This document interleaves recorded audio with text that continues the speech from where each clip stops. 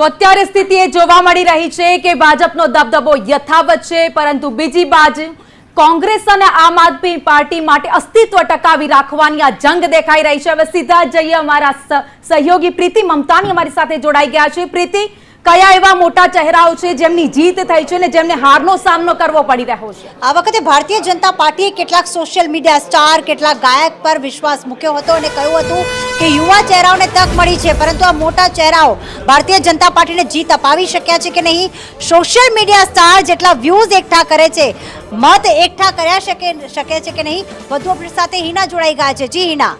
જી બિલકુલ પ્રીતિ, જોવામાં આવે તો ઝેનઝી જનરેશનને ધ્યાનમાં રાખીને ભારતીય જનતા પાર્ટીએ સોશિયલ મીડિયાના ઇન્ફ્લુએન્સરને ટિકિટ આપવામાં આવી હતી અને સાથે ફોર્મમાં એવું પણ મેન્શન કરવામાં આવ્યું કે તમારા સોશિયલ મીડિયામાં કેટલા ફોલોવર્સ છે અને લોકપ્રિય એવા ચહેરા છે, યુવાઓને વધુ તક આપવામાં આવી। પરંતુ આ જે આખું ફેક્ટર એની રણનીતિ ફેરવવામાં આવી હતી, યુવાઓને વધુ પ્રાધાન્ય આપવામાં આવ્યું, એ ક્યાંક ને ક્યાંક ભારતીય જનતા પાર્ટીને ફાયદો કરાવ્યો છે। કારણ કે ઉના નગરપાલિકાની જો સિંગર રાજલ બારોટ જે છે એમને ટિકિટ આપવામાં આવી। રાજલ બારોટ જે છે એ ખૂબ જ ચર્ચિત અને લોકપ્રિય ચહેરો છે, એની જીત થઈ ગઈ છે।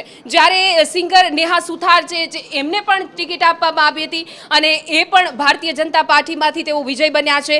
જ્યારે સોશિયલ મીડિયા ઇન્ફ્લુએન્સર છે, 1 મિલિયનથી પણ વધુ વ્યૂઝ ફોલોવર્સ ધરાવે છે એવા અંકિતા પરમાર, જે ખૂબ જ સોશિયલ મીડિયામાં ચર્ચામાં રહ્યા। જો કે ભારતીય જનતા પાર્ટીના જે ઉમેદવાર હતા એ વિપક્ષમાં સામે પડ્યા હતા, તેમ છતાં પણ આ ભારતીય જનતા પાર્ટીનું જે ફેક્ટર છે, યુવાઓને વધુ તક આપી અને સાથે જ જે ફોલોવર્સ વધુ ધરાવતા હોય, સોશિયલ મીડિયામાં વધુ એક્ટિવ હોય, એમને ટિકિટ આપી, એ ફેક્ટર ક્યાંક ને ક્યાંક કામ કરી ગયું છે।